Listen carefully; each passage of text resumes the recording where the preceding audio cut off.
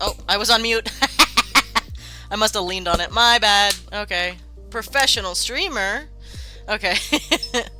Sorry. I was asking how everybody's week has been. Hopefully it's been chill. And everybody can look forward to their weekend.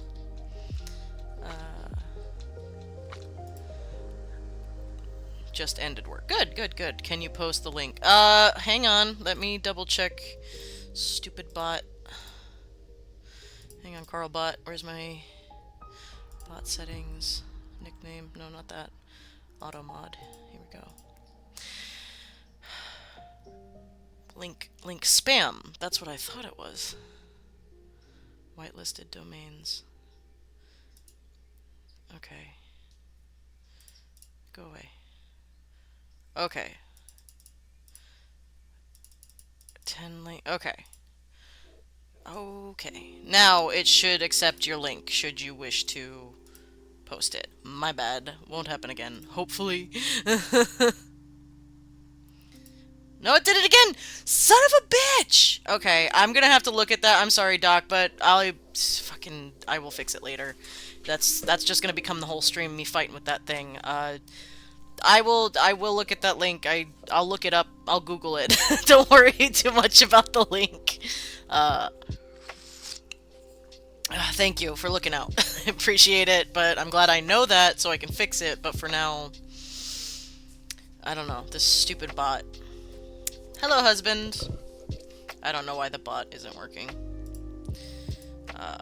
But that's not the focus right now. It's fine. Hopefully everybody's week has been good, like I said. Mine has been pretty good. I watched, hello. There we go. I'm trying to get to the right windows for everything here.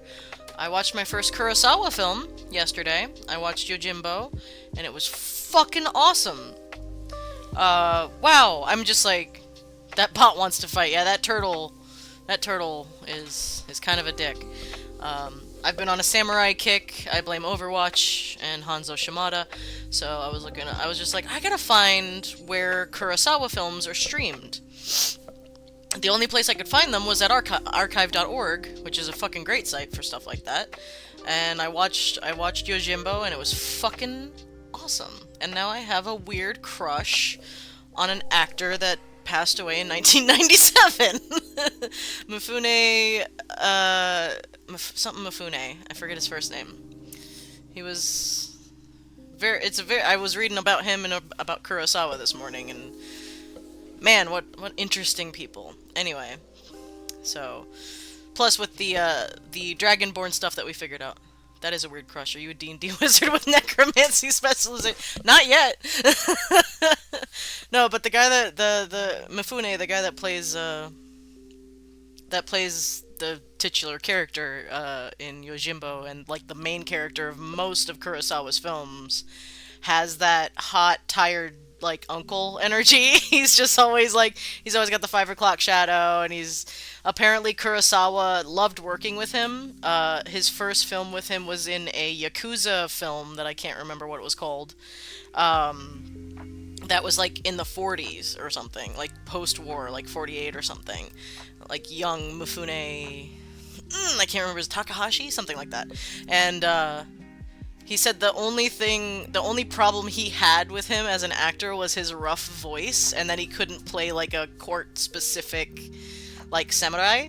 So, do you have an idea for name generator from DM Geezer Jim? Idea for... What are you... A name generator? I use a lot of name generators, which... What name generator are you talking about? I'm sorry.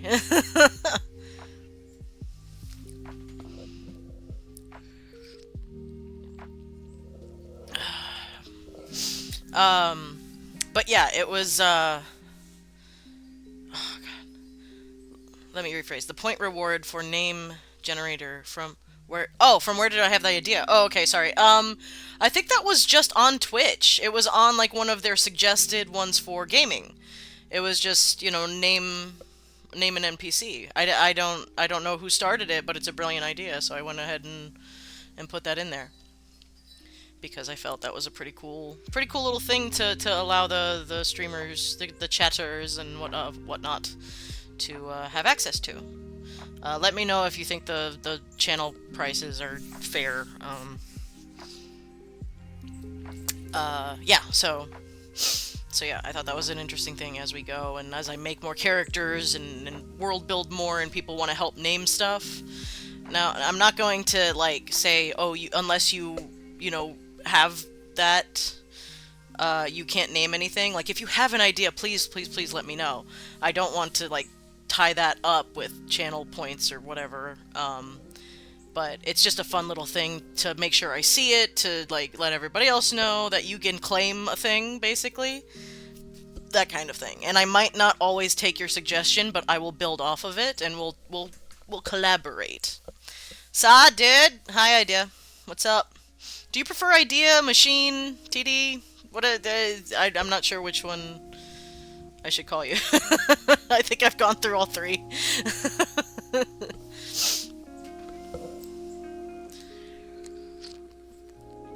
Okay, cool, cool, cool, cool. Good to know. Um, but yeah, Kurosawa films are great. I watched the first half of the sequel to Jiro. No, Sujiro. What is it? Something like that. Hang on. It's still on my screen here. Sanjuro. Sanjuro. Sorry, excuse me. I watched the first half of it this morning, and it's really fucking good. And Mifune is very cool. I read up on both of them. Apparently, Kurosawa attempted suicide after his movies started to decline in popularity, which is a bummer. A self-proclaimed anthropologist who spends time traveling to get to know various cultures and writes books about them, which he uses to find. Oh, so it's a Volo mirror. Absolutely, I would love that. I don't know where I put him yet, but that's definitely a possibility. Jozu Malgard. I love him. Also, let me know if any of the music or anything is too loud or too soft or anything. But, might be too loud for me. Hang on a second. Just... Alright. I had to... My normal, YouTube... There we go.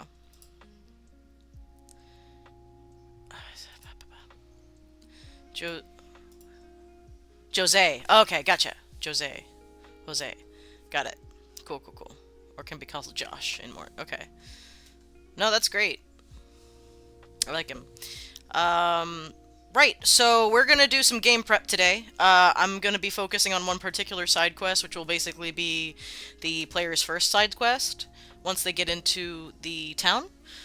So I don't think Eekster even came in, but just in case you are in here, head out, because spoilers start here in a second, and I want to be sure that nobody gets spoiled for the next session tomorrow.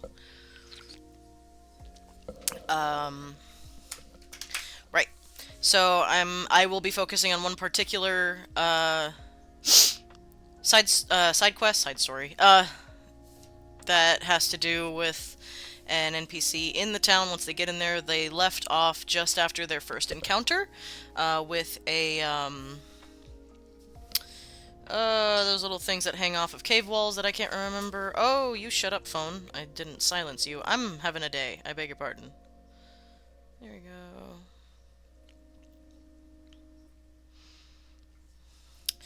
Can I see the economy folder? Oh yeah, it's super, super basic. Hang on. Where are you? I just changed the name of the coins. I don't have a huge understanding of economy, and I'm not going to because I'm not a mathematician. But I just renamed the coins. Gold is now a mote, M-O-T-E. A silver is a snip, and a copper is a nubbin. And those are the general designs. The first two are damn close. The third one is the closest coin picture that I could find. I believe this was on a... Ooh, was that Griffin Saddlebag? It might have been Griffin Saddlebag, or one of the people like that make magic items. Not my art. None of this is ever my art. Or the top one might have been Griffin Saddlebags, and this might have been another one. But it's basically the same idea. It's just a swirl in the middle. Maybe a little less evil looking than that, but I haven't gotten to sit down and talk, or to draw it out, or have somebody draw it out, so that's why. But yeah, basically the bartering in smaller communities is usually the more wider used thing, but gold is available. Silver probably based more than anything on smaller places, but cities and stuff, they'll use gold, gold bars, that kind of thing. So I'm not gonna spend huge amounts of time to, you know, figure out the ins and outs. I will eventually, you know, as I create nations and lands and stuff. Whoa, hang on. Whoa, hang on. I have an idea it doesn't fit in my world. Oh, hang on. But could work better in a high fantasy. Imagine a class discs from slightly magical lore with imbued illusion magic to hold a hologram.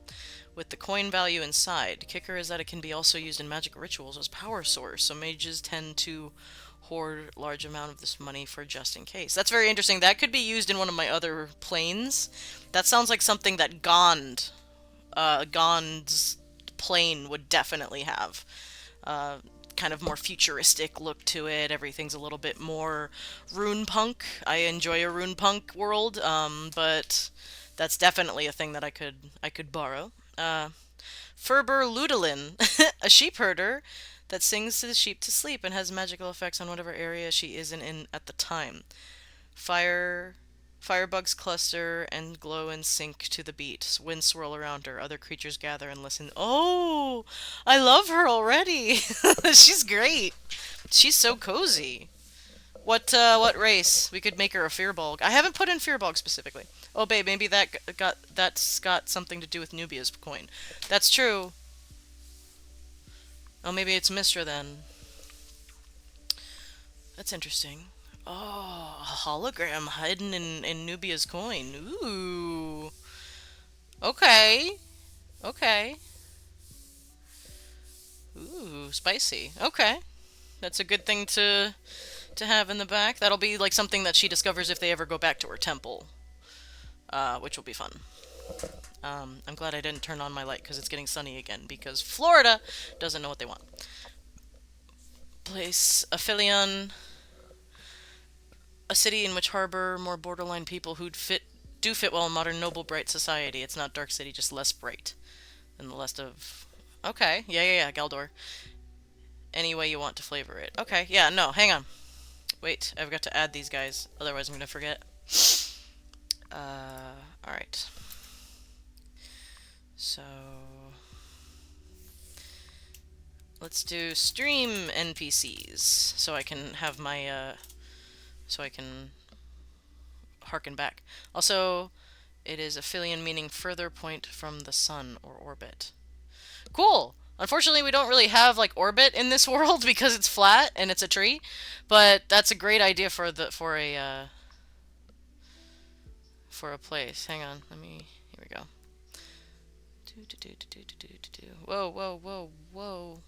Whoa. It's hard to copy and paste in chat. Oh shit. That's annoying. Hang on. There we go. Human mail. Ooh. Alright, if I'm not seeing your messages, just give me 2 seconds so I can get everybody's cool ideas out. Okay, hang on.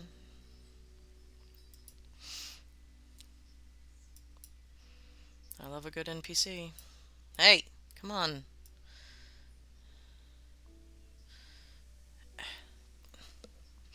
Oh my god. Okay, I'm gonna actually have to hang on. Alright, this might. I might have to ask you guys to send these suggestions into Discord as well because I can't copy and paste very well in the chat. So for maybe here, let me hang on. I'm gonna make a specific. Here we go. I'm gonna make a specific channel for these ideas. There we go. There's on the bottom there. It says, oh, hang on. Let me put it down here. Yeah, it's Galdor suggestions. So put them in there because otherwise I might miss them. All right, cool. All right. Mostly lurking for now. I'm at Denny's again. You know what? What? Tell me. You're at Denny's again. Nice. Well, have fun. So there's a Wait. Was it what? Hey! Badass dog. Thank you. Thank you so much. Hey, there's my little guy. Here we go. Thank you so much, Cork. I appreciate that very, very much. Hopefully when I get to 10 new subs, I'm going to be able to afford a new mic. That's the goal. Trying to get to something a little bit better than just a budget, headset like I got here. And that will eventually let us do actual plays, me and my husband, where you guys can check out. And we can we'll probably do them on here, but we'll probably do them on YouTube, like upload them on YouTube as well, so nobody misses it, I greatly appreciate that. Thank you so much. Thank you, thank you, thank you. Um, okay, so if you have any suggestions outside of that, go ahead and put them in the Galdor suggestions, whether they're NPCs or places or like world buildings ideas specific to Galdor that you think would work. Please let me know over there.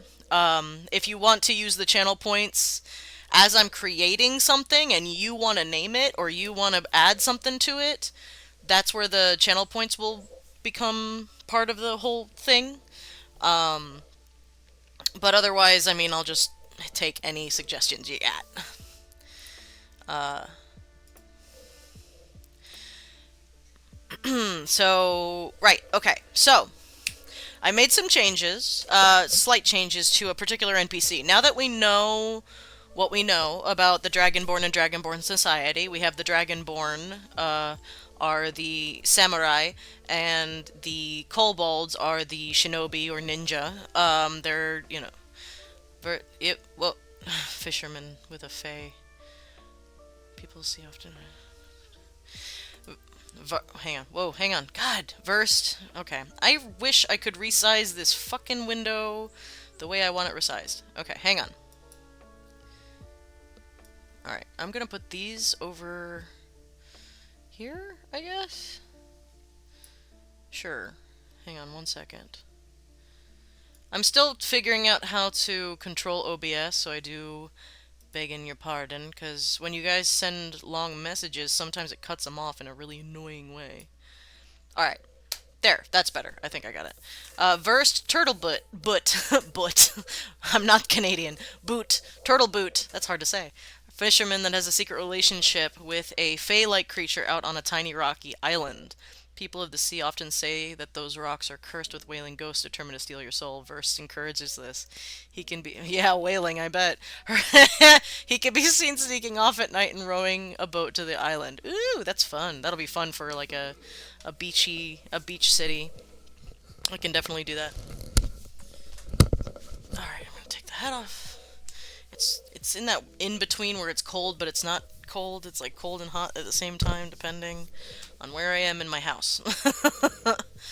Alright, so, as I was saying, I made some changes in regards to, specifically the NPC of Siudai. His name was Cirith, but... Alright, if you guys have suggestions on stuff, put them in the channel. I can't read every single one or I'm never going to get my game prep done, and it's really important for this particular one. Maybe on, like, Mondays and Wednesdays we can definitely do a lot of these suggestions, and I absolutely am here for it, and I'll go through them. But today I have limited time, and I have to get my game prep done. So thank you, thank you. I'm so happy for your excitement, and just inundate me with it on the Discord for now. And I'll talk about them on Monday, or Wednesday, and then we'll go from there.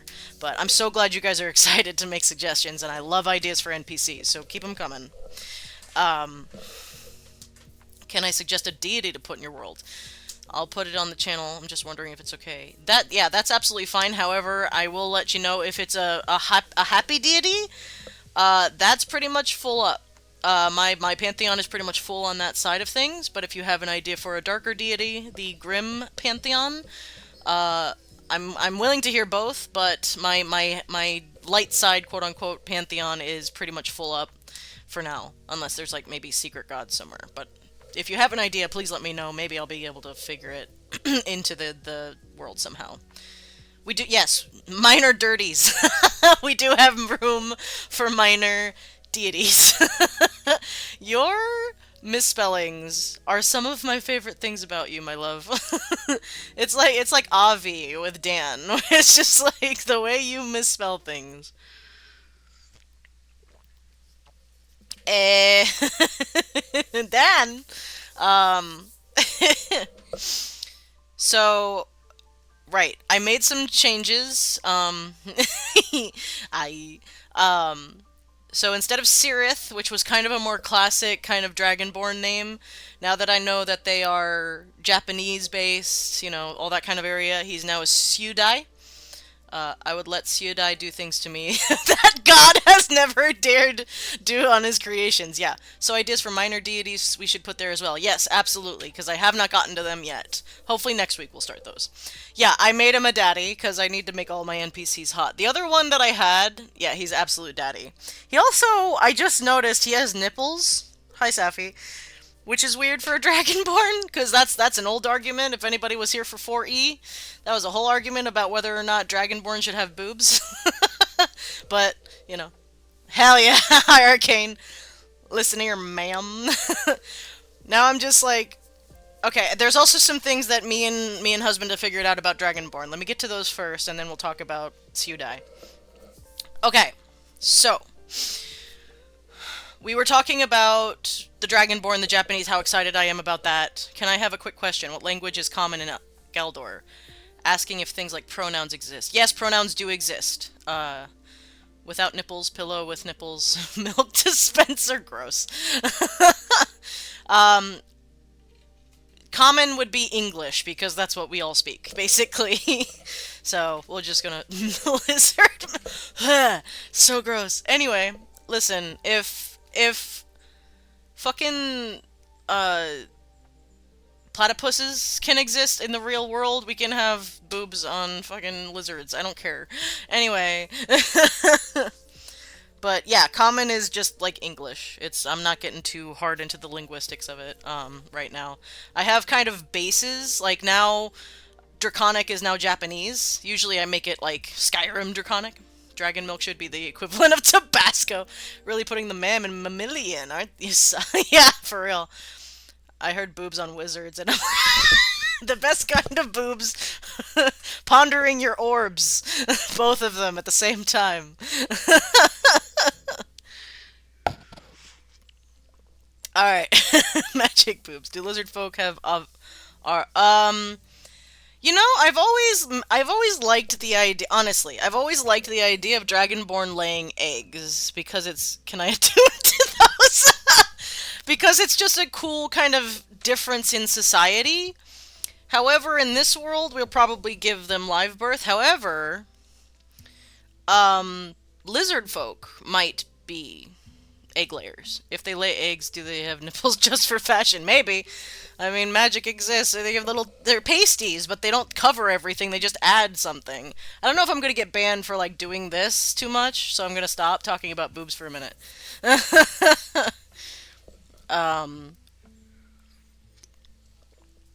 Anyway. Common is accentless common. Other languages kind of hop into deeper accents, like we've considered minimizing separate languages to help minimize language barriers, not counting ancient. He is male. Male nips are fine, yeah. Well, yeah, but I'm not. So, I'm she, they, so I don't know if Twitch is gonna get specific about my boobles. So we're gonna move on.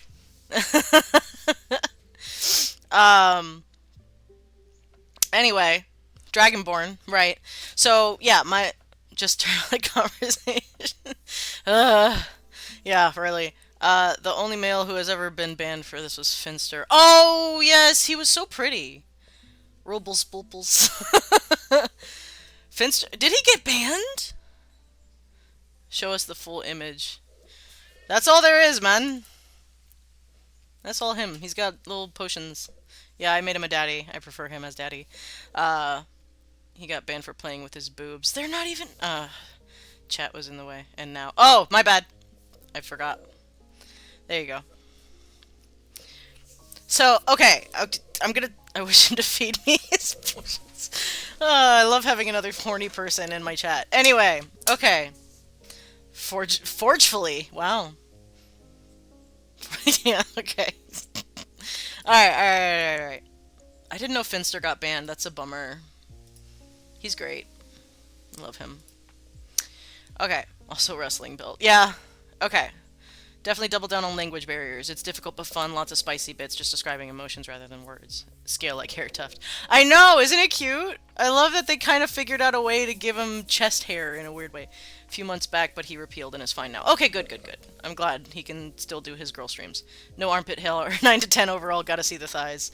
Yeah, I imagine his thighs pretty damn muscular. Anyway, god damn it. I knew Daddy Dragonborn was gonna fucking, like, okay. Alright. Dragonborn as a race. I'm gonna talk for a minute. I swear to god. Does he have a tail? Yes! I'm never gonna get these sentences out because of you guys. Fix thighs, save life. I'm drewing now. I'm gonna go make spicy milkshake. Because damn y'all thirsty. Yeah, it's true. It's true. Yeah. Oh, thank you. Thank you, thank you, thank you, thank you. That's a good idea. Okay.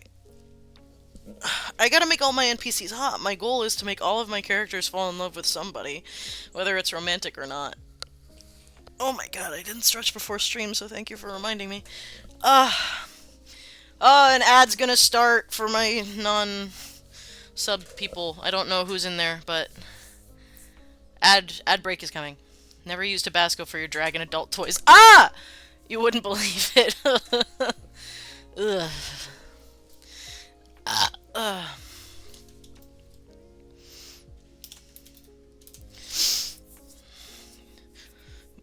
If you know Warhammer 40k, I do. We are all chaos spawns of She Who Thirsts, too right. Although I prefer... Well, I like all of them. I like all of the Chaos Gods in one way or another. I'm a dirty, dirty heretic. But husband is a guard player, so he married one. Stream is wild today. It's Friday, man. Slaneshi. Yeah, I like Tzeentch. He's cool. Chaos Undivided. Yeah, that's usually what I go towards. Okay, Jesus Christ. I need to get this out, because they're lore information. Hang on, actually, I don't know. Emperor protects, yeah. Alright. Hang on. Oh my god, I'm never... posted the deity. Cool, I will check that out later. I like sisters best. Oh, yeah, husband plays sisters as well. Alright. Okay, Jesus Christ. I was doing some research yesterday. And we were talking about Dragonborn and how excited I am and everything. So I was also looking up samurai history and Bushido and all that kind of stuff. First of all, it's a bummer to find out samurai were actually a lot of fucking dicks. They were jerks. What the fuck is their spine? Yeah, I don't know what that tail is. I just mainly did it for the clothing and the general vibe. But, yeah. So, samurai, apparently, I forget the name of it. I sent it to husband. But they had the right, literally, by law, and there's no information on whether or not it was widely practiced, but by law, they had the right that if they had a new technique or a new sword that they wanted to try out, they had full rights to just kill a random person on the street. It was called, like, Crossroads Test or Crossroad Battle or something. They literally could just cut down a person in cold blood to test their new toy and just walk on, and there was nothing that could be done about it. Samurai Dragonborn, maybe eggs, real douchey back then. Samurais were forced to learn arts so as not to be warlike. Yes, true! However, they were also kind of dicks. So I'm taking, again, because we all know the stories that we learned as kids about the samurai and about the ninja, I'm gonna just take that. I'm gonna take the tenets of shinobi, or excuse me, of Bushido. Also, peasants were expendable in medieval times. They were goods, not people. Yes, I'm aware. However, not here. Not in this world. So, I was looking up that kind of stuff. Also, Dragonborn are known as the only people to be able to heat metal enough to shape it. So, as of right now, the technology does not exist for classic blacksmiths. So, the most famous blacksmiths are Dragonborn, because only Dragonfire can get swords and stuff down to the shape that they need to be. It is possible in some way to make more minor things for society, you know, horseshoes or nails or things like that, but for swords and weaponry and armor, Dragonborn are the best forge masters in Galdor, and sometimes the only ones. So, in interest of that, oh, we're also getting rid of the whole, so no smeltery or bloomery for peasants. Not a lot of it, at least. The basic things, like I said, nails and household things you can do, but high value. Yeah, we're thinking mithril is a prize metal. Yes. We're also getting rid of the chromatic and metallic ideas in Galdor. We are only going to have gem dragons. Now, in this book, if you do not have it, it's a great little book. Pirate it. Yes, iron would replace most iron needs. Yeah, iron wood is both from the ground and from the trees of Galdor, and it's just as strong as metal, but it takes different skill to shape it. So how do you cut ironwood? Specialty druids have the ability to do that, and gem dragons, best dragons, but also I want all dragons. Yeah, I understand that too. I wanted to have all dragons too, but I've got to kind of shrink a lot of things down to limit the general drama that comes up from sort of iron sure, steel and such not. Hey, maybe no coal, no coke, no steel. So druids are druids, only workers, and also smiths. We're still figuring out the details. So, okay. The strongest ironwood is in the bones of the earth, which is in the Underdark, or the Evershade, as it is called in Galdor. So that's anybody that's willing to go down below the earth, adventurers and the like. They are sometimes tasked with collecting ironwood. You can find it in ancient forests, magic forests, high magic areas of the world. But to be sure where you can find it, you can go to the Evershade. So there are some druids that are trained in working with ironwood. Fun thing, there is a lignum tree, lignum vitae, why did I say tree? Which is super dense wood here on Earth. Oh, interesting. I'll have to look that up. So Dragonborn then are the only folk that can make their forges hot enough to melt alloys with higher melting points. Correct. Yes. Exactly. They'd also probably be fine jewelers as well. Or maybe that would be too hot, because doesn't silver have a lower... Silver and gold is a lower melting point, right? I don't know my metals all that well. Gold is melting point 1,000, okay. And it's like 1,500 for like iron and steel and stuff, right? Celsius. Okay, I only know freedom measurements. I'm American.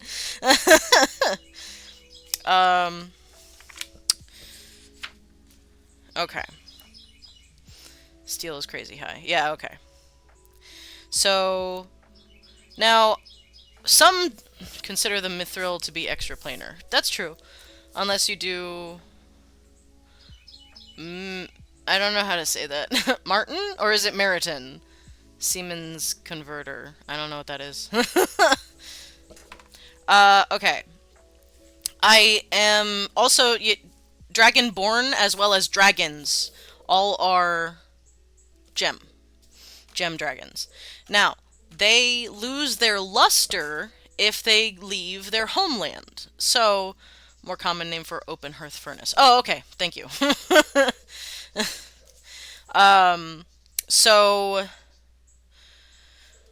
So they don't just come in the gem colors. They actually lose their luster and look more like chromatic dragons if they leave their homeland. The only time that they can get their luster back without going back home is by using their breath. So you'll see a dragonborn that looks like a normal red dragonborn, but when he like blasts his furnace with his breath and like starts the fire up and everything, then he starts shining in his scales and stuff. And so I needed the ability to have more visual reference because there's not a lot of reference images out there for Gem Dragonborn, unfortunately. So I needed to be able to just actually find pictures of people as I thought of them. So we're a lot of them over on this side of Galdor are gonna look a little bit more chromatic like your traditional Dragonborn. So just for reference. So they also have clans, which I'm working on names for. Siemens Martin converter is a way to liquefy steel and modify carbon content and other things to make correct steel as steel mixture is a mixture of iron and carbon plus trace metals in correct crystalline structure. Interesting. We're doing science today. So if any of you know about Legends of the Five Rings, in where's my book? Hang on. Where'd my book go? Hang on. Here we go. In D&D, it was called Rokugan. I used to play Legend as a Scorpion. It's nice. There you go. See? But D&D made their own setting called Rokugan. This is 4E or 5E? It says Oriental Adventures also, which is, I think that is now an offensive term, so I beg your pardon. I can't change the fact that this book exists, and this is the book that I own. So just FYI. D20 system. I can't remember if this is 4E or 3.5. 2001. That's 3.5, I think. Oh, wow. It is not offensive, as there is a ton of reference for books inside Rokugan. Okay. I'm just, if, like, for Asian people, they just, like, generally don't like being called Oriental. It feels like an old term. I don't know. I can't say. I'm not a white person that's going to claim what is and is not offensive to other groups, but I am going to say if it does offend you, I apologize, and that is just what is written right there, and I'm just going to call it Rokugan. I'm not going to say the other stuff, just in case. But I never got to play Legend of the Five Rings. Desperately wanted to listen to actual plays of it. I fucking love samurai. So much. I just always have been fascinated by them. And so it's only offensive in certain contexts, if I remember correctly, but I'm also very white, so take my word with a grain of salt, right? So I'm just going to avoid the word. That way we can just move on and not have to worry about it. So I am stealing stuff from this setting, from Legend of the Five Rings, and I'm giving the Dragonborn various clans. The clans are separated generally by their responsibilities and skills, which is kind of the same as Rokugan, but not exactly the same, so, you know. So it's, so far, and I might just keep it to these five. I've got artists, diplomats, guardians, scholars, and scouts. Now I'm pretty sure there was the Shugenja, I believe they were called, were the magic users. Primarily women, if I remember correctly, which is kind of dope. And this is a great little map that I might be able to use when we get over to Ryoto. Oriental Adventures in D&D went the same way as Keljin in World of Darkness. Basically, brushstroke removed. If it is good or bad, a question, I don't know. Yeah, the Keijin was a rough time. World of Darkness, man, it does have some problematic entries into it. I love that fucking system with all my little heart. Like World of Darkness 20 is my shit. I love that fucking system. But yeah, there's definitely some good old-fashioned 90s racism where it's like, you people are so good at this thing, but it's still racist when you say that. You know that? You know, also they have like the Romani mirrors, you know, that also exist in D&D. It's a whole thing. Anyway, we're not going to talk about that. So yeah, I'm stealing the idea of clans and stuff from here to put into Dragonborn Society. That way, if I ever want to do a samurai campaign, I can do it in my own world, and that's super exciting for me. And then I've got references for names, all of Japanese descent, of course. Basically, the Dragonborn and the kobolds. Hang on. Go back over here. Here's the kobolds, which I will. Yeah. I was reading about the shinobi as well and taking notes. Basically, the simpler names with 1 or 2 syllables go to the kobolds, and the more specific, longer names go to the Dragonborn, basically. So, simple. Oh, you are making Wuxia. Wuxia? Wuxia? Ja? Is it Ja? I assume. I don't know what that is. But sure, I'm doing that.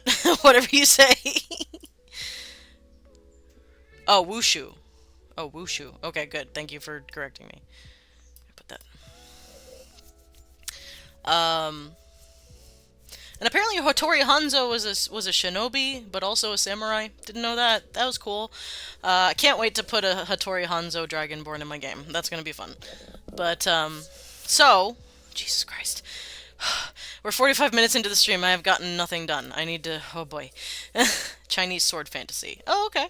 Cool. Yeah, yeah, Crouching Tiger, Hidden Dragon kind of stuff, but, you know. I'm trying to go more Japanese with it, but I do want to have several representations of the different cultures of that part of the world all represented. Hopefully not in an offensive way. I will do my research as well as I possibly can. I promise that. And never is it my intention to be offensive in any way to people of those cultures. So, I'm gonna throw away a lot of the personality notes. Those cultures are influenced by each other a lot. Yes. By the way, if Japanese, you have Kitsune or Kumiho. Yeah, I would assume so. That's interesting. They would be spirits of the like the earth or something. I have to do my research. So I don't want to say what does and does not exist in regards to further detail because I need to do my research, so I'm sure I'm doing it in a respectful kind of way. But I would like those kind of representations in the world. Uh, so, whoop, what bullying? What are you talking about? Oh my god, because you use the word naive and that she's a dick. Oy vey. Okay. Kitsune is the fox that's naive and Kumiho is the Korean version and she's a dick. Alright. Man, the auto mods be popping off today. um but yeah, I will do my research on those things and I will figure out how they might be minor gods, which could be fun. So they're like spirit guardians of Dragonborn or some other such thing. So there's a lot of places we could put them or consider them part of it. Right. So I'm gonna go to the side quest now. I'm gonna start trying to write my stuff. So Suudai is a woodworker within Quick Spring. He was recently hurt as he was out marking trees to cut down. Okay, he was out in a pretty good click away from the town itself, and as he was marking trees and checking trees, a sinkhole opened up under him, and he lost his tools. Now, the tools of Dragonborn artisans of pretty much any type, are pretty damn important because they're always high quality, but his specifically are adamantine. So they're a very rare metal that was shaped. They're probably an heirloom of his family. I also have to figure out why he's here and not home, which we'll get to. And I have a general idea, but I'm not sure. So he was hurt. His leg is broken, so he cannot go and get his own tools, and so he asks the players to go and fetch them for him. Okay, there's your setup, and from there, they go. My hex map is elsewhere. That's fine. So they go, and I think it's just one hex away, so it's like half of a day's travel, right? Uh, Maybe less. So they head out to go find it. The name Sudai is supposed to be Japanese. Well, yeah. It was. I was looking through a list and I found one that was kind of like that. And I think I might have already given the players his name in conversation with an NPC that's bringing them to the thing, and it was Sirith. So I'm trying to pick something that's somewhat, close. And it doesn't have to go with actual naming conventions, again, because it's not Japanese, it's Dragonborn. It's just inspired by Japanese. So I'm trying to keep the sounds of the language kind of the same. So, um, uh, what? It is not time. Do not start. Um, right. And he doesn't have any money to give them because it's just starting. Quick Spring uh,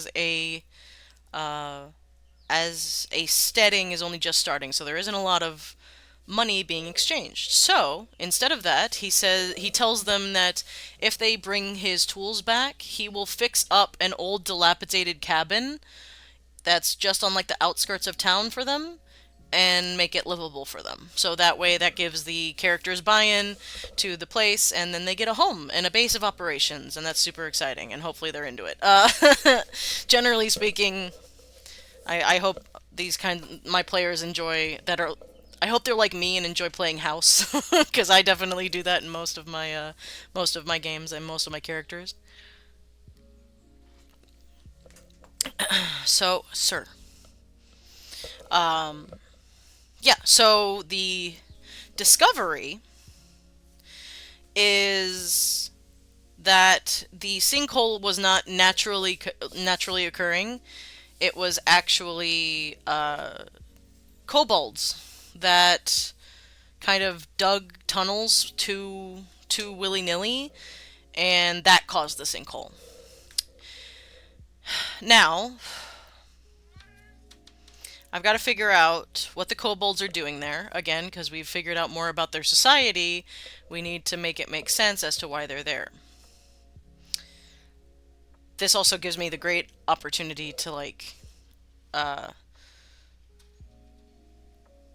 introduce the ins and outs, the general strokes of the Dragonborn Kobold Society, which is fun.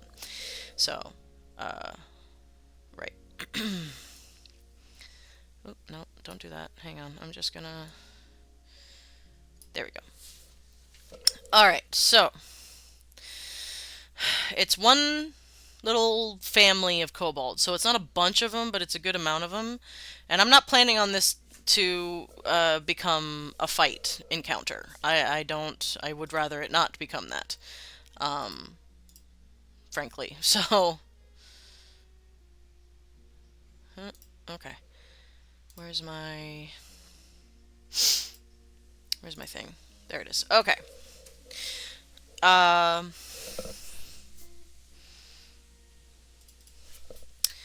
Alright, so we can have it's about okay, it's about 4 hours travel.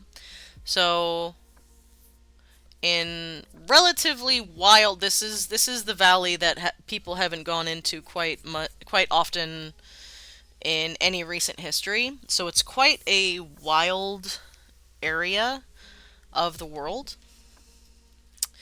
So it's possible to have some sort of random encounter, which is fun, something we can mess with, and if the players are so inclined to get into a combat scenario, then they absolutely can. If not, they can skip by it, or run away, or whatever they want to do. Arctic, nope, that won't do anything. Coastal, nope. Desert, temperate forest, that's close enough. Awakened Strugs, what the hell? Shrubs, oh my god, my brain. I was starting to read the next line as I was reading the first one. Awakened shrubs, a mastiff, a massive oak with a crack in the bottom of the trunk, liquid shadows swirling and bubbling within. That's interesting. That could be... Meow. Okay, let's see here.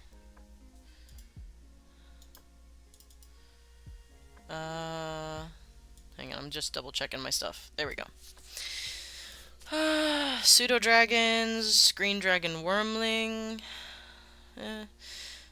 wolf spiders, classic. Sturges, sprites, hobgoblins.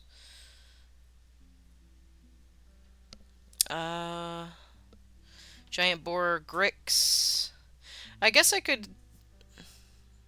I guess I could have them go after a shroom hog. Or a family of shroom hogs. I do have a ranger that could keep a lookout, so alright. Let's see. Outline. Let's see. Okay. Alright. Whoop. Nope. Get out of here. There we go.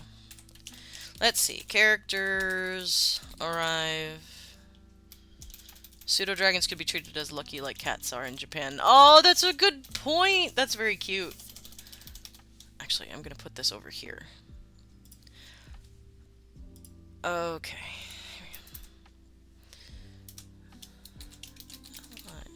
Outline. There we go. Alright. Gotta get my scenes in order and then I can specify on them. Okay, let me get this out of the way. Continuing through the cave.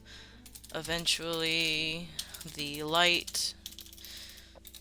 Sun hits the right angle where the gems of the cave begin glowing.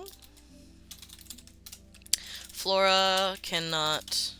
Can they avoid the combat? Is it forced? They can always avoid combat. I never force combat. I never force anything. No, it's never forced. Especially in this game. I do plan on doing the Stardew Valley thing, where there is a place they can go to find combat, if they so want it, and put a dungeon in a place that they find and they know where it is, and they can leave, generally speaking, and come back to it. And then they can go back and forth for riches and treasure and stuff, and that will give them full control over whether or not they go and get into trouble, basically. Help herself and drops her disguise. Flying to the roof and pulling out a large gem, causing a cave collapse. Everyone has to run skill checks. Could be athletics. Oops, athletic. Oh my god. Athletics. Acrobatics.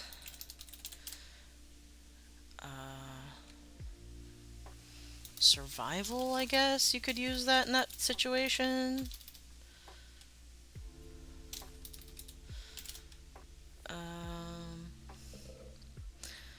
Athletics, survival. That's probably it, I would guess. And it'd be group roles. So, and they also have to help Flora get out. So that's a whole thing. Make it out, because I'm not gonna kill my fucking characters by a landslide, rock slide, whatever the fuck, collapse. Make it out. Flora's... whoops, Flora's wing is broken. Limp the rest of the way to Quick Spring. Greeted by Juanita. Is that how I spelled it? Can't remember my own NPCs. Juanetta, and a few... His name sounds a bit like... I don't know what that... I can't read kanji. If that is kanji or the other one. There's two writing systems in Japan. What does that mean? Hopefully it's not anything offensive.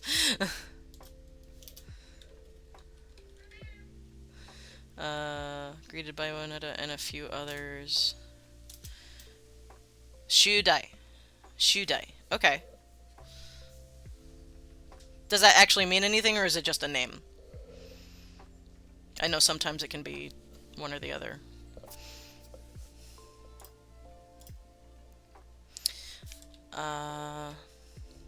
Do you speak Japanese, Doc?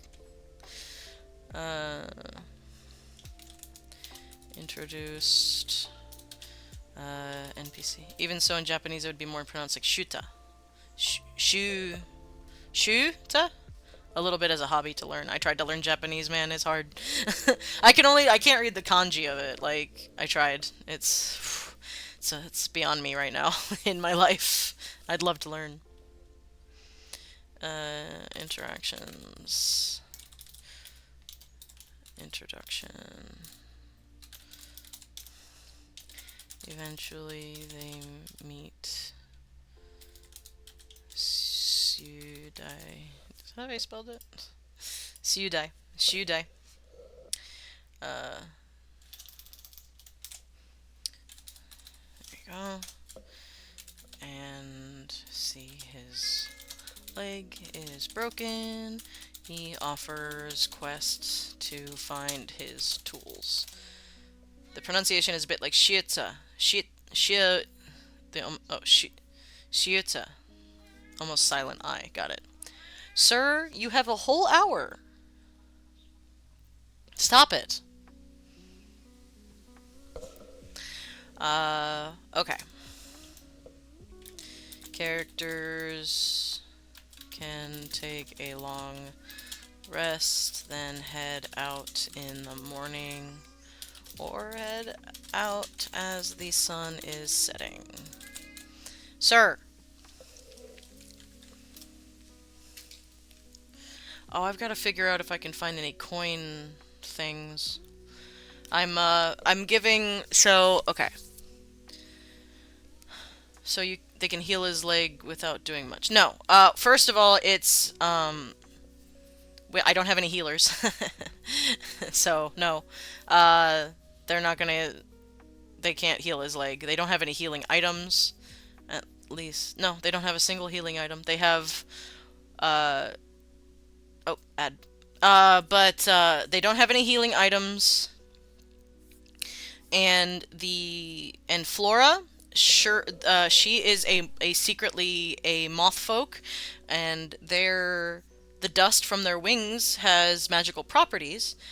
But she's going to use the last of it for now, healing the party at the beginning of this session. So no healing items. So Juanetta can definitely brew a potion, but oh, welcome in, Steampunk. Hello, welcome, welcome. We're just doing some game prep. I know there's an ad right now. I hope you can see me. I don't know. Thank you for the follow. I will actually take a break real quick so I can go to the bathroom and silence my cat. I will be right back.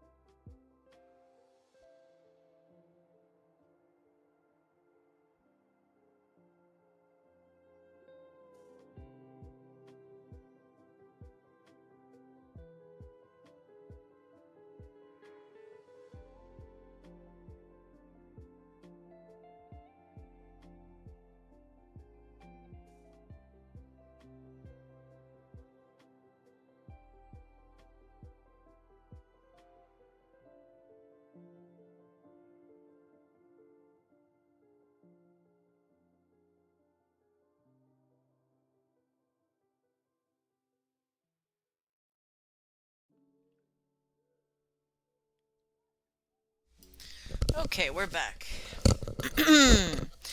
I found out some people didn't know Bard's Jack of all trades applies to initiative rolls. That's interesting. Good to know. Worked it out with the DM, though. They hesitantly accepted it. Well, that's how it works. So yeah, the characters have no options of... Husband is upset. Is that true? Hang on. Now I gotta look it up. Where is it? Player's Handbook. Oh, God, don't fall. Hang on. I have too many books. Said no one ever. I'm just taking too many out. That's the problem. Okay. Hang on. Get back up there. Okay. Oh, jeez. Okay. Alright. Initiative roll is an ability check without proficiency. It's a dex check. Huh. Whoa, hang on, sorry. There is a homebrew, good aligned monster. Someone that I think would fit this draconic part of the world perfectly, I think. Hold on, let me post it to Galdor's suggestions. Yes, please. Alright, let me look at the bard real quick. Because, does it say ability checks? 51.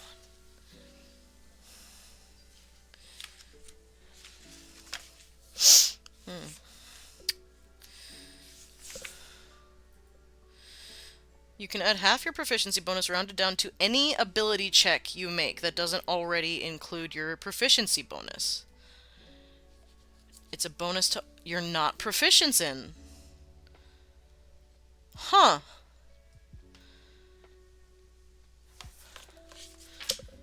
Hang on. I don't doubt you, but I'm just wondering what I would roll in that moment. Hang on. Let's see if the index will help me. Probably not, because it's a D&D book and the index always is garbage. Initiative, 177. Hang on. I want to see if it classifies it as an ability check. I'm just double checking. Because I'm 40k levels of scrutiny right now.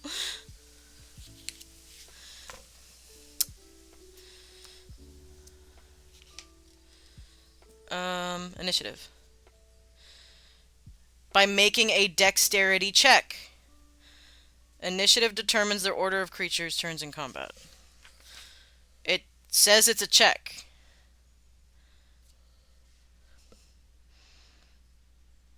That's what it says in the book.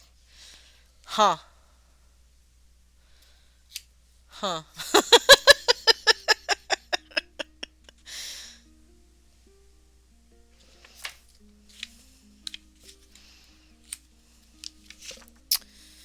Initiative determines the order. When combat starts, every participant makes a dexterity check to determine their place in the initiative order.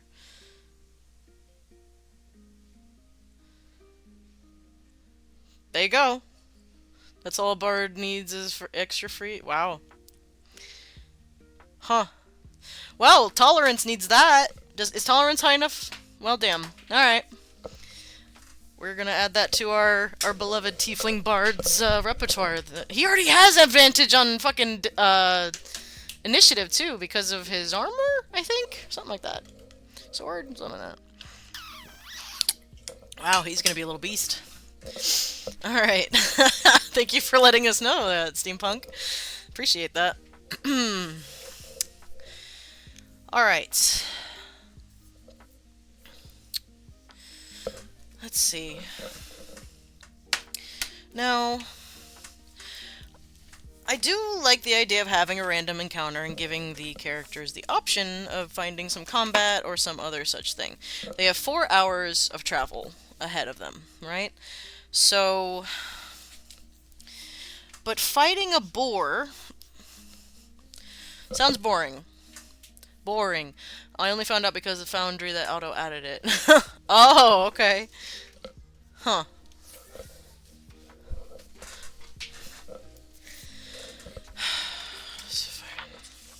Random encounters are generally kind of boring. I mean, this book has done a great job in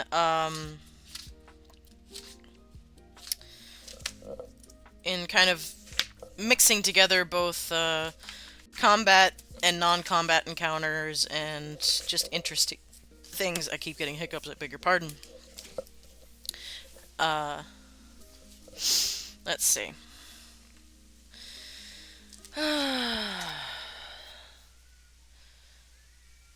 Sir. There's a troll, giant wasps, ettercap, ankeg, wargs, unicorn.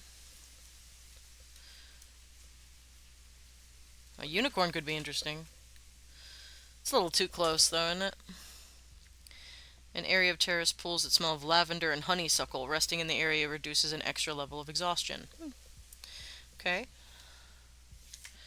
Smoke curling from the chimney of a dilapidated night house. Okay, so that's higher level stuff. Oh, dear. I need something interesting. Maybe two random encounters. One combat and one interactive. That's probably the safe way of doing it. And I'll just have them roll a dice and tell me if it's even or odd. And then that'll decide it.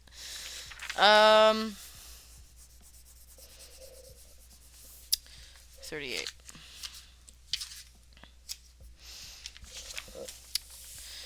Let's see. Forest Encounters.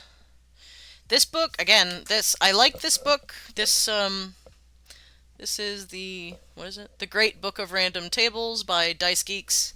Great little reference book for very quick, very simple random tables. But if you want something a little bit more detailed, I highly suggest the Astonishing Random Tables book. Just because it goes into a lot more detail and there's a lot more interesting options in here. And it's frankly better edited. In this book, there's a lot of repeated posted. The monster in question is like a big dragon cat dog with ice powers and nice personality. Oh, people tend to build shrines dedicated to it that resemble enlarged dog houses and leave out flayed game for it to eat as offerings. The original creator based them off a mix of Silver Dragon and the Pokemon Absol. That's cute. I love that. It's a great idea. Alright. Let's see. Mountain Lion. Guards with prisoners doesn't work here. Escaped slaves does not work in this world. Truffles. That could be interesting. Shepherd. Knights on an errand. Nah. A locked map case. Interesting. Tree fallen across the path. Pregnant woman walking down the path. No, that doesn't really work. Girl gathering mushrooms. Metal strongbox. Wizard performing a ritual. They also have a missing... I'm going to say they have a missing shepherd. And that's where Bozra comes in. But that might take a little bit more travel. Merchant care... Dead birds. Jesus. Settlers. Sword in the stone. Fun. Deer. Forest fire. Medicinal herbs.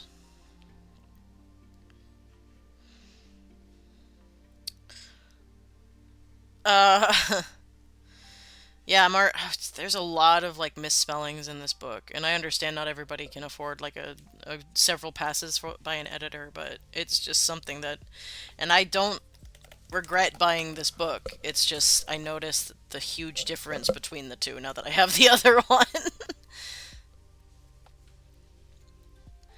Blind Wanderer, always fun. Merchant Caravan. Wait, didn't they have Merchant Caravan already?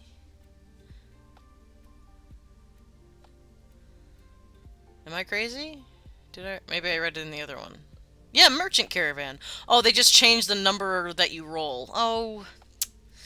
That's a little meh. Dwarf. Monk on a pilgrimage. Another pregnant lady. So a lot of them are just copies of each other. It's just kind of a bummer.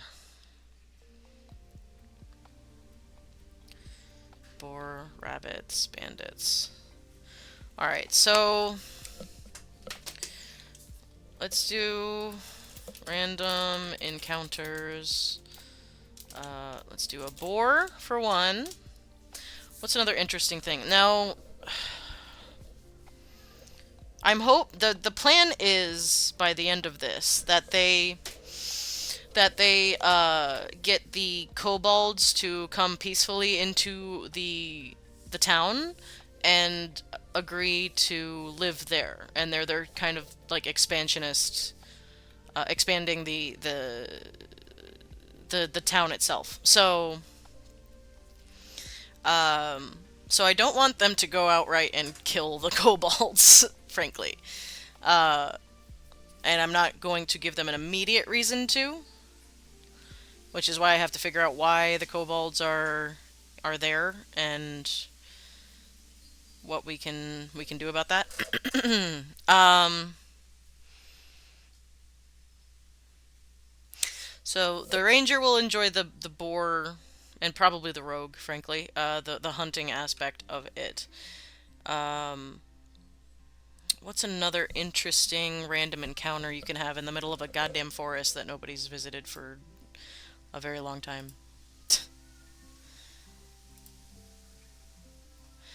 Let's see.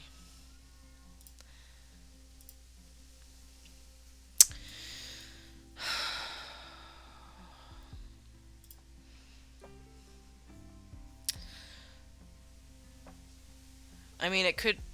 That would be the. I'm trying to figure out the other players because I have a warlock and a wizard that I want to be, catered to as well. So I don't want to just be paying attention to one or the other.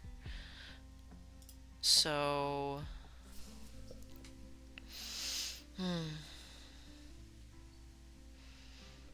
what would a wizard and a warlock both find interesting? I mean, they're both into shinies. They're both trying to get money. Uh, let's see.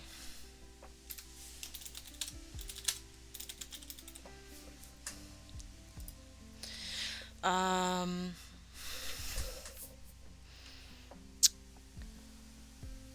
there's not a lot of thieves in this world, and they wouldn't be here, first of all. So, something shiny that's semi-naturally occurring in a mountain valley. I mean, I could offer them a cave to explore, but there's no for sure reason for them to do so. They've been relatively cautious. How do these underground kobolds differ from the new idea kobolds? They don't. That's what I gotta figure out. I gotta connect them to the culture and as to why they are here rather than home, which I will work on in a minute. All right, we'll come back to the random encounters. It's fine. If it's just a boar, that's not a big deal. Arrive at sinkhole. A particularly potent herb that's culturally significant to the kobolds. That's interesting. Huh. Hang on. What's, traditional Japanese Kempo... Kempo? Oh, that's a whole thing. No, I just need, Chinese method. Acupuncture, moxibus. What the fuck was that word that I just saw?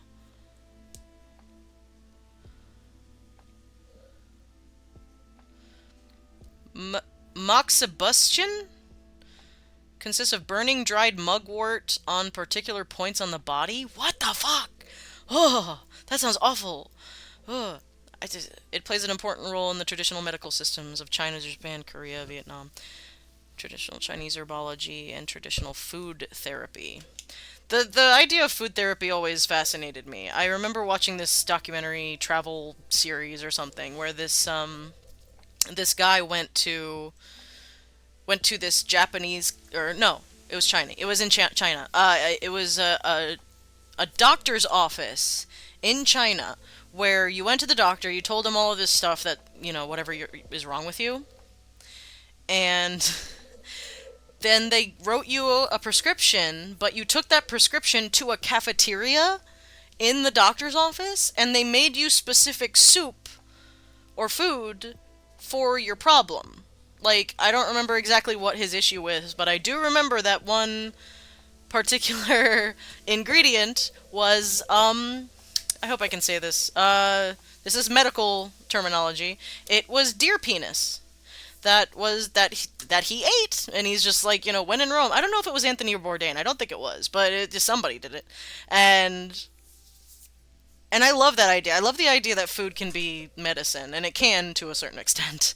It's not going to fix all your problems, but it can probably fix some of them. But that's a very interesting thing that I could reference back to. Many parts of the wild boar. Boar gallstones. Ugh! Powdered and decocted could cure epidemics. Oh god. Boar teeth burnt to ashes and ingested could alleviate the symptoms of snake bites. And refined boar fat taken with cereal wine could help nursing women produce more milk. Oh god. Gallstone. That's no. I'm good. I'll take Pepto. Thank you. I understand it's a cultural thing. Oh, hi, Asher. Asher's making an appearance. He says hello. The bones one is just charcoal. That's true. Yeah, my grandma used to make me drink charcoal whenever my stomach hurt. Hi. My cousins loved it. They drank it just like on purpose. Hi, baby. Say hi. Hi. Activated charcoal has its benefits. Yeah, definitely. Which is known as a poison cleanser. Yep. I don't know if it necessarily worked, but it made you feel somewhat better. It definitely made you feel like you were drinking a magic potion because it tasted like ass. Ugh. I used to have little tablets of activated charcoal that I would put, that I would take if my stomach hurt. I need like a menu. It's like, well, this does that does that. Taoist diet. Interesting.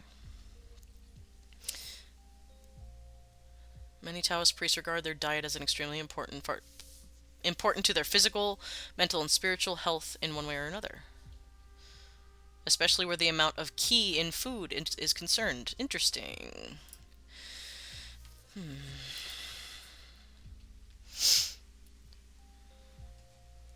Can I make a joke? Yeah, of course you can make a joke. You don't need to ask permission. Maneze Dosan.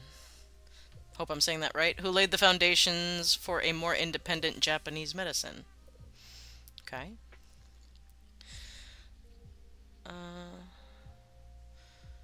Praise Thoth. I don't. That looks like an uwu. Is it meant to be an uwu? Medicinal mushrooms like reishi and shiitake are herbal products with long history of use. The Agaricus blazei, probably not saying that right, blazei mushroom is a highly popular herb which used to be by close to 500,000 people. That is Greek, how you say Thoth, which is a god. I knew Thoth! Okay. I didn't know. That's cool. How many languages do you speak, Doc? Or at least dabble in? Used by cancer patients. An isolate from the shiitake mushroom, bleh. Huh. Okay. I dabble in many, cool. Huh.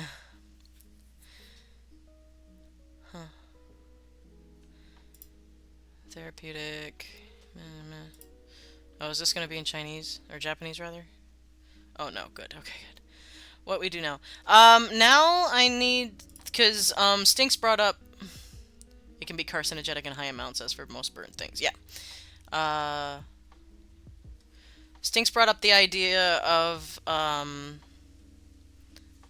potentially using a herb, with the... as to why the kobolds are in the valley, which could be. Now, in this world, kobolds, they're not always Kobolds are the sneakiest of the dragon people, if you want to call them that, because it includes Dragonborn and kobolds. And so they're not just kept to one clan. The kobolds have many talents. They're just the best at sneaking.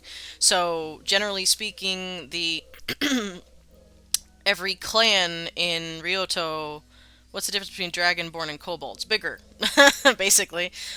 So here, let me show. Where is it? So I've got kobold. Oh, I didn't post my reference picture. So kobolds are the smaller dragon people, and I mean from sentient side. They're both sentient. They're both sentient and intelligent creatures. There's no difference in regards to that necessarily. Um,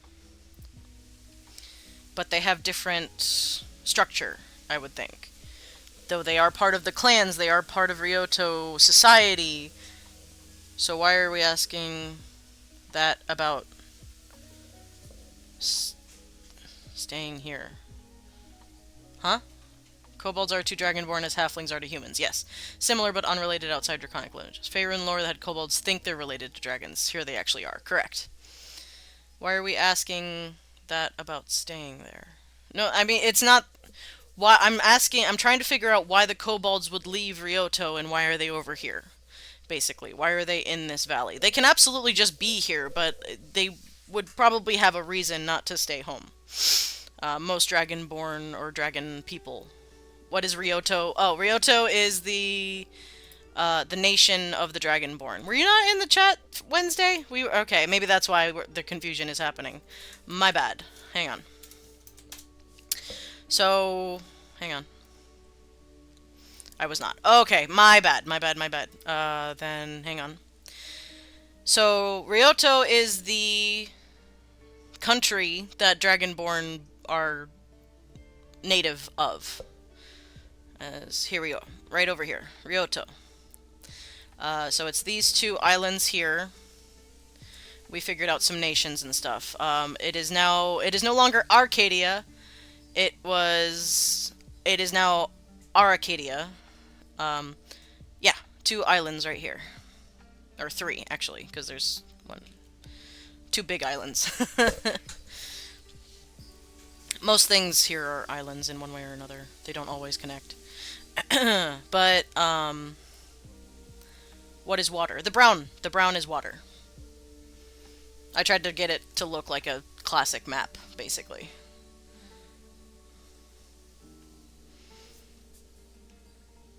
Yeah. Yeah. No problem, I get you. So yeah, I gotta figure out...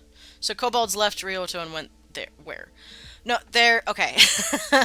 Just like people can go and live wherever they want in this world, generally speaking, same thing here. But I gotta figure out why this particular group of a family of kobolds is over here. What are they looking for? Are they just here to visit and go back? Are they permanently residing here? If so, what made them leave home?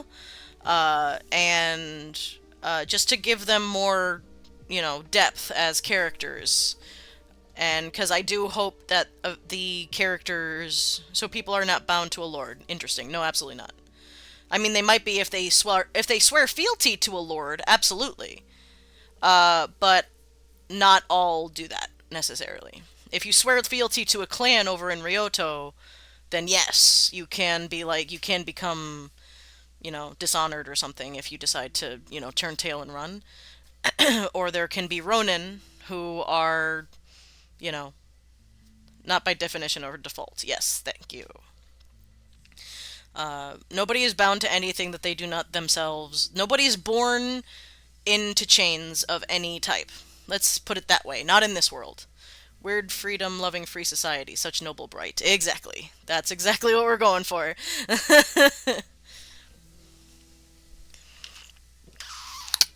What a person binds themselves to is strictly to their choice. So where they went, yeah, the family. Where is the valley? It is way over here.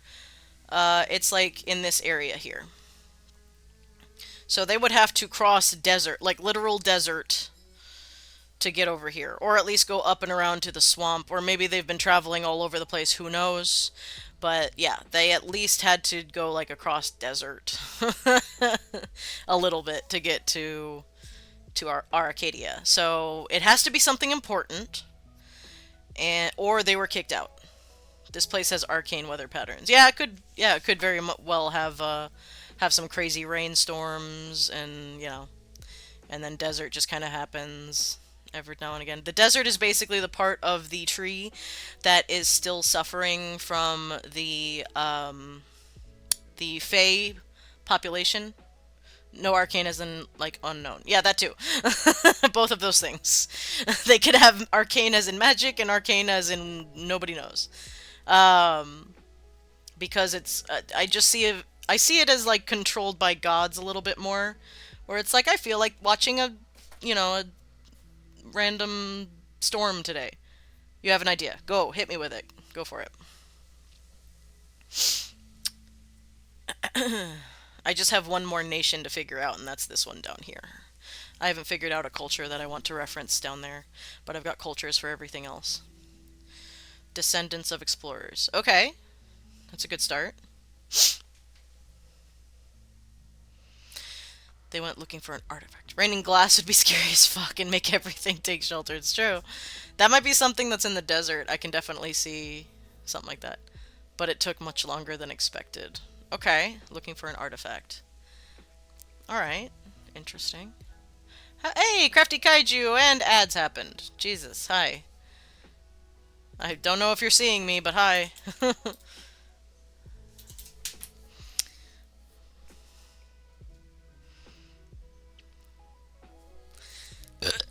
Excuse me. So their children continued, but over 3 to 47 generations, they forgot the original reason why they left and are just trying to continue living. Oh, that's so sad. Okay. Kind of, okay. I'm the harbinger of advertisement. I have begun capitalism.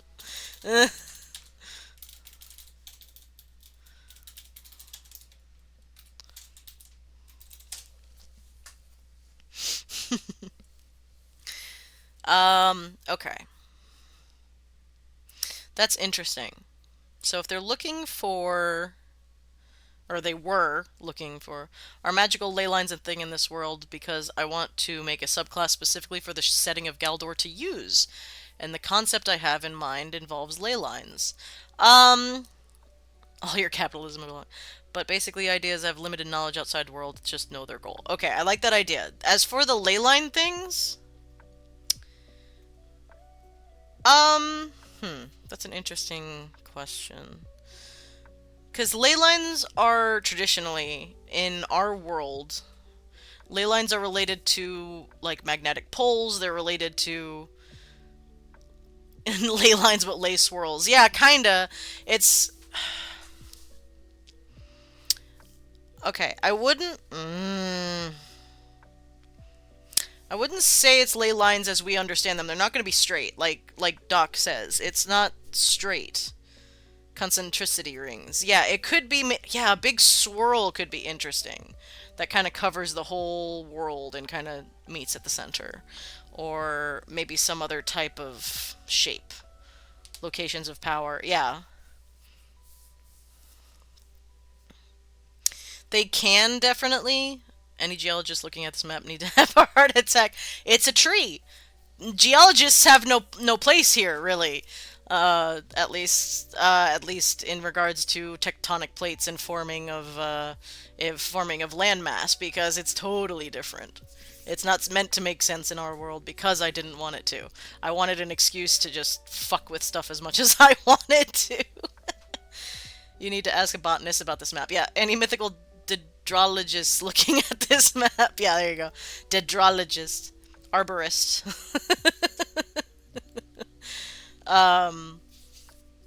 Dendrologist. There you go, dendrologist. The idea was a monk who uses their key as a conduit for ambient magic to cast arcane spells. Interesting. That is possible. So, I think in this world, what that would look like, I. Okay. Ambient magic in this world. I could trim some of that tree. I do not suggest it. Um, Ambient magic comes from nature. And okay, so because okay, let me go back to the beginning. There are three schools of magic, schools, not really schools, but practices of magic. Carpenter ants must think they live in paradise here. Oh, absolutely. There are three approaches to magic. That's how I should say it. There is ceremonial magic. That is your typical wizard. That sort of power brings in not only knowledge of the world and like the elements, but also knowledge of the stars and all that kind of stuff. And even divine can kind of come into that because of the different energies. Because they alter with the weave, and the weave comes from Mistra, which is not technically the goddess. Would arborism be something forbidden, or more like another name for an Egypt? Do you mean idiot? Egypt? I would. Arborism is just it's idiot. Okay. I think arborists would be quite well respected in this world because they know trees, and trees. I mean, you know. Arborism would be looked at as a physicist in this world because they understand the building blocks of the world. I guess is how you can look at it. Is the mega tree alive? Yes. All the trees are alive. I have a great idea. Go for it. Um,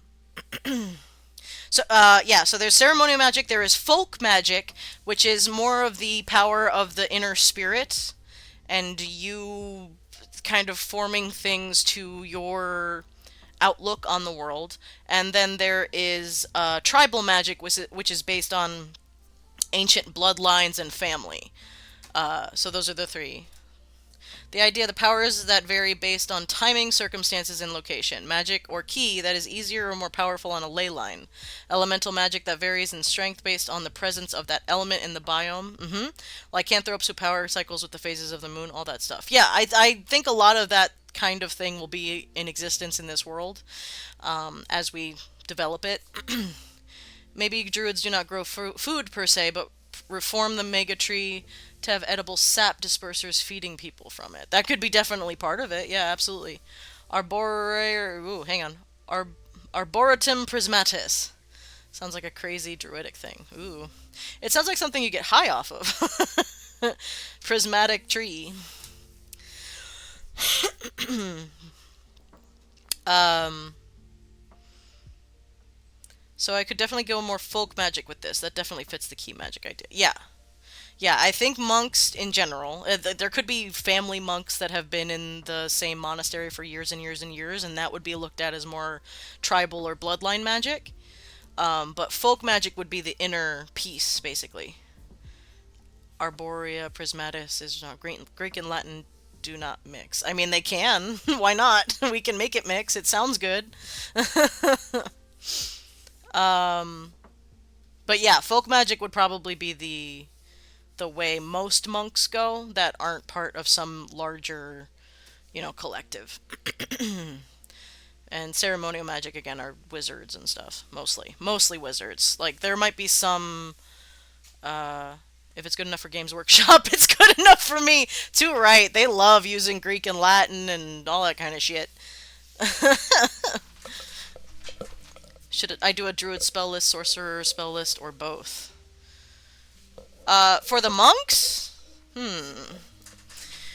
I would, yeah, either one. I mean, it's. I think I would just look at all the spells and pick which ones make the most sense. It's like I'm not even gonna specify on which lists fit better because there might be a random one in the bard spell list that's like that actually kind of makes sense. I'm against polyamory, not because morals just mixing Latin and Greek. It is either polyphilia or multiamory. I just see you with a sign. Like, no mixing languages. That's how language. I mean, we always talk about how English is three languages in a trench coat. We have French, Greek, Latin, Germanic. Jesus Christ, we have so many stupid fucking languages in our shit, and yet we can still understand each other.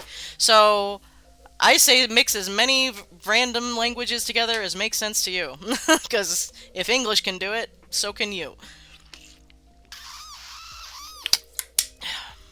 English is meant, or English, language, how American of me. Language is meant to evolve. If you ever listen to like people read Old English, holy shit, have we come a long way.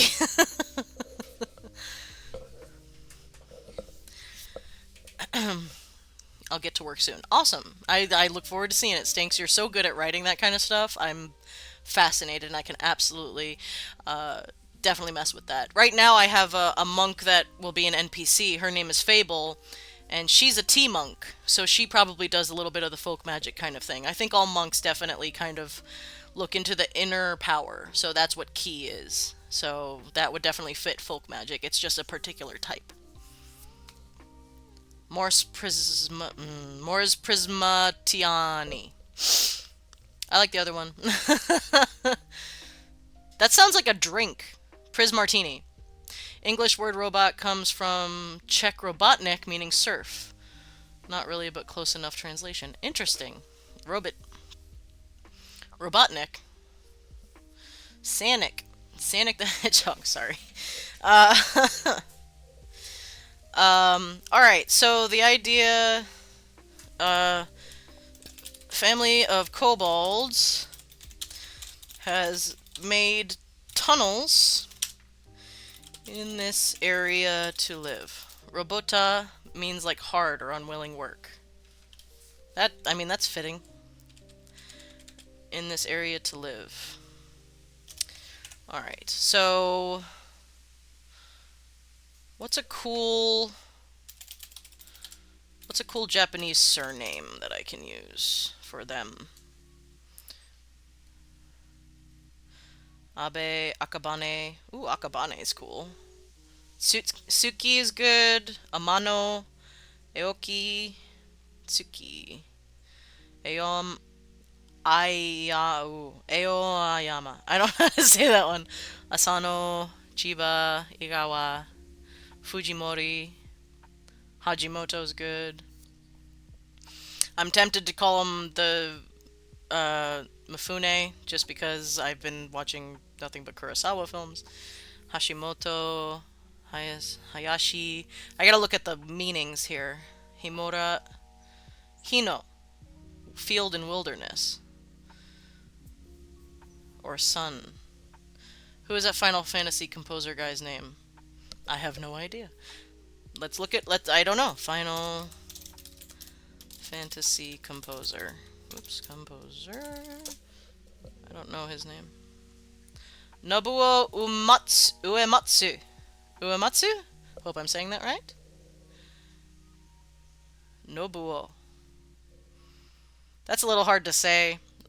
You gotta remember that kobolds, though they are their own race, they're a little goblin-like, but not quite as much. Usually, I just kind of make them draconic goblins, but I'm really trying to move away from that because goblins are their own thing and kobolds are their own thing. So I'm trying to think of the characterization. So they're gonna be really fast, sneaky. So they still have that kind of goblin energy.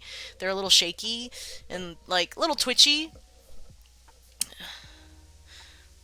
but I see them not necessarily as like, I see them well spoken, generally speaking. So, but they still have very higher voices.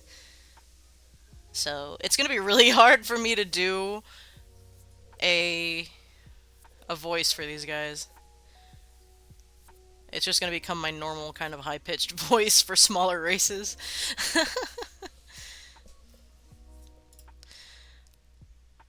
Hino. Hino clan. Whoa, whoa, whoa.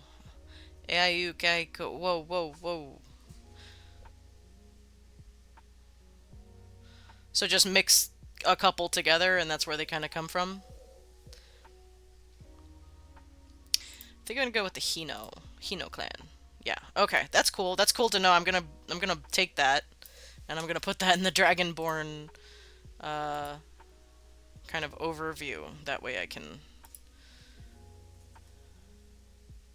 reference back to it. That will be helpful. Whoops. This is why I was not happy with Shudai. Well, again, like I said, it doesn't necessarily have to be actual Japanese, since they're not Japanese. They're just... Dai is more Chinese simplified. Well, it's supposed to be all of those things together. So it, it shoves it together close enough that it sounds like something that makes sense. Okay. Hino, family of kobolds. Well, that is disrespectful to... Is it?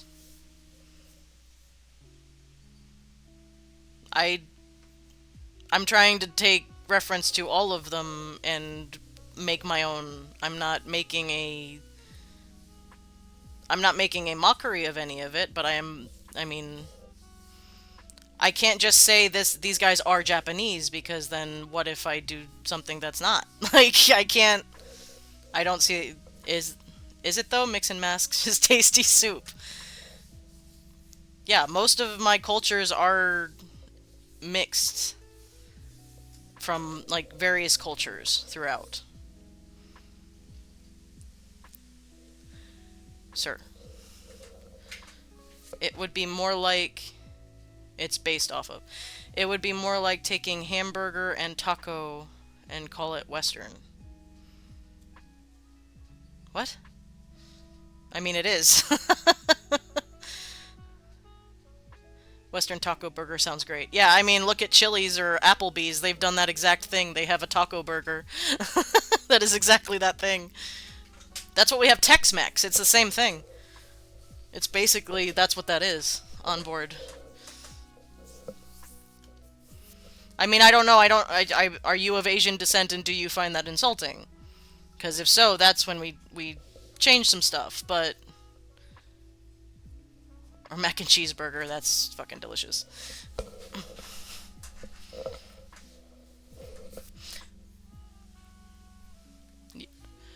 It's your world. No, I do not find it insulting at all. Okay.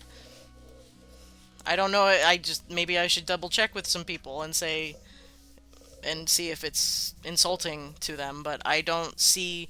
Because, again, this is not Japanese, this is not Chinese, this is Draconic, and I'm taking inspiration from both of those things. So, it's not necessarily meant to be a Japanese name, it's meant to be a Draconic name, and they can be kind of the same thing.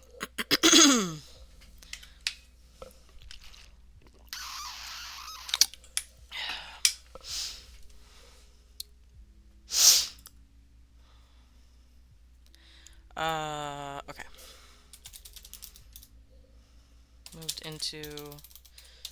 I do understand. There was, on that, was cheese curds on top. I think it was April Fools that people wanted, so they made it Carl's Jr. I say, ugh.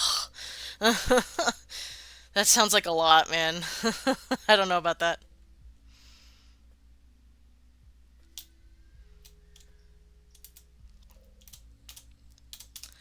Alright.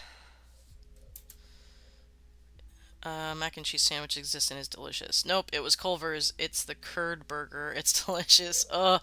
The curd burger sounds awful, by the way. I've only been to Culver's once and I was not impressed. I was not impressed at all by their burgers, frankly. But maybe I got a bad batch or something. I don't know. Alright.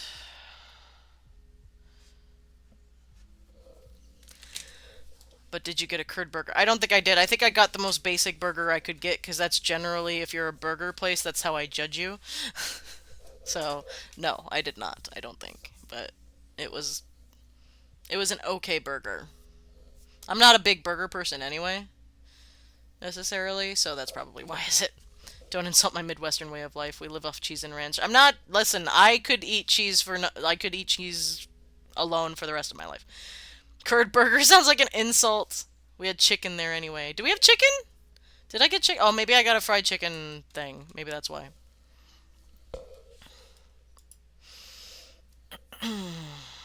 Alright.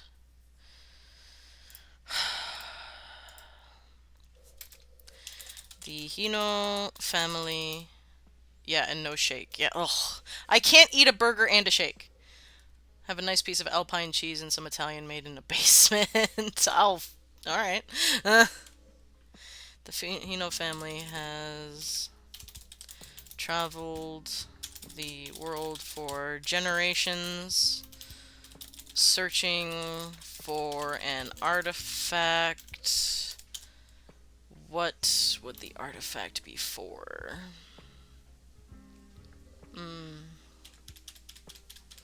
Y'all making me hungry talking about cheese.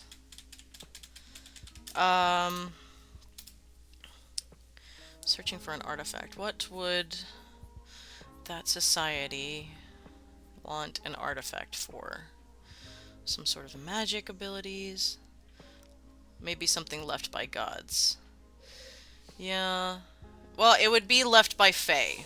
That would be the precursor race. I don't want to get too far into... We're only level 2. We're only level 2 here, so I don't want to go too hard into powerful god cosmic stuff. Well, it's lunchtime. A golden spatula. Nice.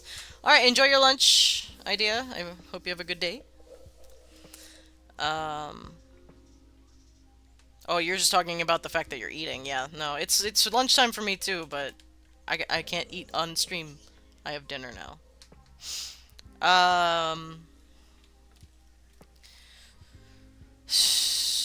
Something good-looking resource native to the area. Yeah, that was another thought that I have. But why? I don't want to go continent spanning stuff. Fae, you say? Yes. The precursor race to this world was the Fae. They were the first ones here. Melora made them so they didn't die, and then they started fucking up her tree because they lived too long and were taking up too many resources. So now all the other races exist, and the Fae have been moved to her dream space. So less MacGuffin, more material. Yeah, that's true. Searching for...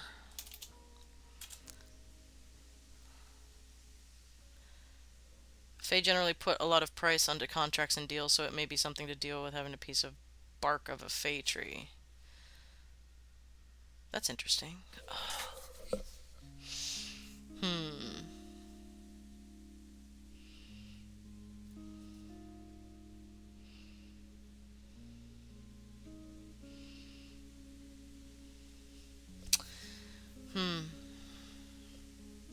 Yeah, maybe some sort of... Maybe a plant or something medicinal, like seeds or something. Like whoever holds the steel has XYZ.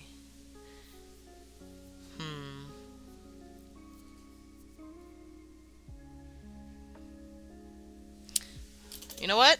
What if we do this? The old GM trick. Keep it a mystery until you figure it out. For something. They're searching for something. I will figure that out later. There's no reason to get, like, wrapped up in it, because they're not going to just tell people, strangers that just come up. Now it is a generation-long quest, yeah. But have yet to find it. Cure for some genetic disorder. That could be. Yeah, absolutely. Which runs in their family. Oh, that's super sad.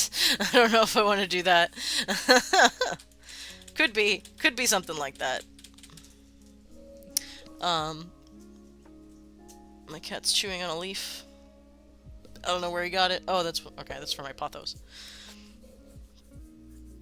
At least it's a dead one. Alright. So, maybe 43 generations is a much shorter life than expected. Yeah. Not as short as I think the book actually says, because they only, like, live for, like, 10 years, and that's heartbreaking. But maybe, yeah, maybe a little shorter than normal. Yeah. Okay. So... It's going to be about a 3 to 4 hour long session with enough interaction. If hopefully the players are into it enough, that will probably be enough for that session to fill it up. Then the players can just decide what they want to do with the kobolds at the end. Now it's just basically filling in details, which I can do on my own and go from there. Uh, but yeah. I think that's plenty. There'll be a lot of interactions. There are going to be a lot of NPCs. Is Dragonborn's tit still out? Is he? Hang on, I can bring him up for you to enjoy. There you go. Here. Wait. Work with me. There you go. Dragonborn Daddy. Enjoy that.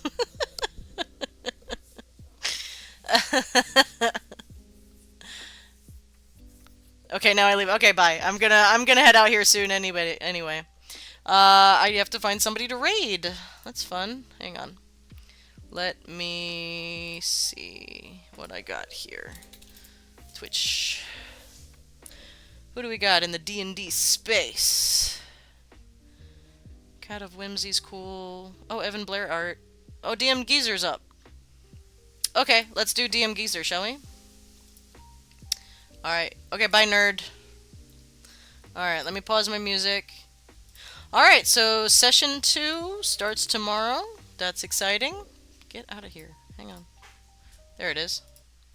Alright, and, oh, he ends soon. Okay, hang on then. Let me... Thank you for telling me that. Evan Blair art is pretty cool. Let me see if there's anybody new that's smaller. I don't want to do anything anybody too, like, big. Evan Blair art is very cool, though, if you ever need somebody that does art as well as,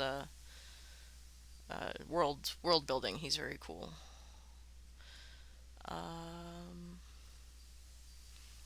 Where's the D&D? Let's see. Prepping. Oh, I got somebody else prepping. Mario Prospero.